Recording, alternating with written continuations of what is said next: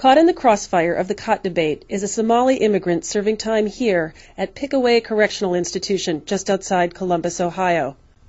He was arrested in 2001 after he picked up Khat intended for guests at a Somali wedding. So when I heard that there was a medicine, there was a drugs in this plant, I was shocked because nobody ever heard that. All Somali community, nobody knew what it was.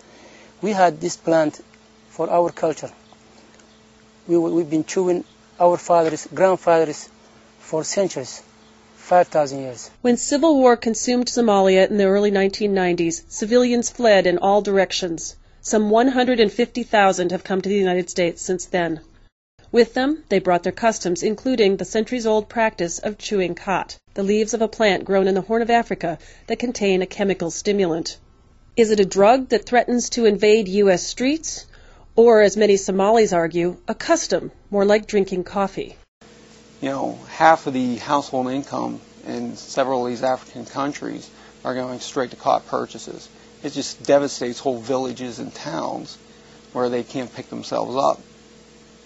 So one of our fears are, that this will have an effect here, and these people become more dependent on social services and state-sponsored drug rehabilitation programs and that sort of thing. In part, Samatar was the victim of bad timing. His was the first khat case to go to trial in Ohio. He was sentenced not as if he had 60 pounds of khat, but as if he had 60 pounds of cathinone, a chemical found in the plant that is an illegal substance. Also, his sentencing, a mandatory 10 years, came just weeks after the 9/11 terrorist attacks. Friends and relatives believe that the sentence was harsh because, like most Somalis, Samatar is Muslim. I don't know why, and I don't understand why Mr. Samatar or similar people, like the Somalis, get those kind of punishment for just cut. So I feel that, he is really severely punished.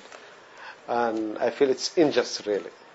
Now in his 5th year of prison, Samatar has mastered English and is pursuing a general education degree. He's studied the Bible as a means of understanding other inmates and their criticism of his own religion. Meantime, he has exhausted every appeal at the state level. His clothing business closed long ago. His son, Awil, is now 8 and growing up without him. His wife, who endured a long series of court appeals at his side, has decided to remarry. Samatar's hopes of release hang by a thread. A panel of federal judges heard his case in April, and while these judges seemed more sympathetic, they also made it clear that they may not have the jurisdiction to override the state's decision. Samatar is scheduled to be released in 2011. Under a worst-case scenario, he could be deported to Somalia, where fighting continues. In Columbus, Ohio, I'm Kari Hoos.